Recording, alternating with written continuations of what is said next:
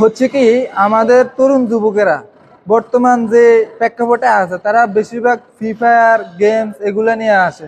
আর তারা স্বপ্ন দেখে ইউরোপ আমেরিকা যাবে। আসলে তারা নন স্কিল, তারা দক্ষ নয়। যদি দক্ষ হইতো তারা তারা এই কাজগুলা শিখলে আজকে ঘরে ঘরে আমাদের এই ইন্ডাস্ট্রি বা উদ্যোক্তা থাকতো। কিন্তু দক্ষ না হওয়ার কারণে আমাদের দেশের বাইরে থেকে এই প্রোডাক্টগুলো আমদানি করে আনতে হয়।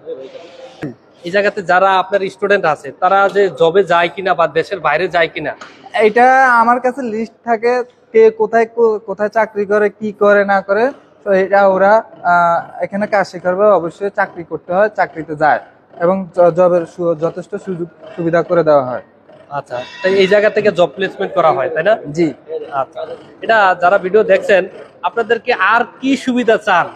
যে সম্পূর্ণ ফ্রিতে শেখার সুযোগ, বিনামূল্যে কোর্স, তারপরে আপনার একটা ভাতা, তারপরে আপনি কি একটা জবও পেয়ে যাবেন। আপনি যদি কন্টিনিউ ক্লাস করেন, ভালো করে কাজটা শিখেন, আপনার জন্য জবও রেডি। আর কি চান?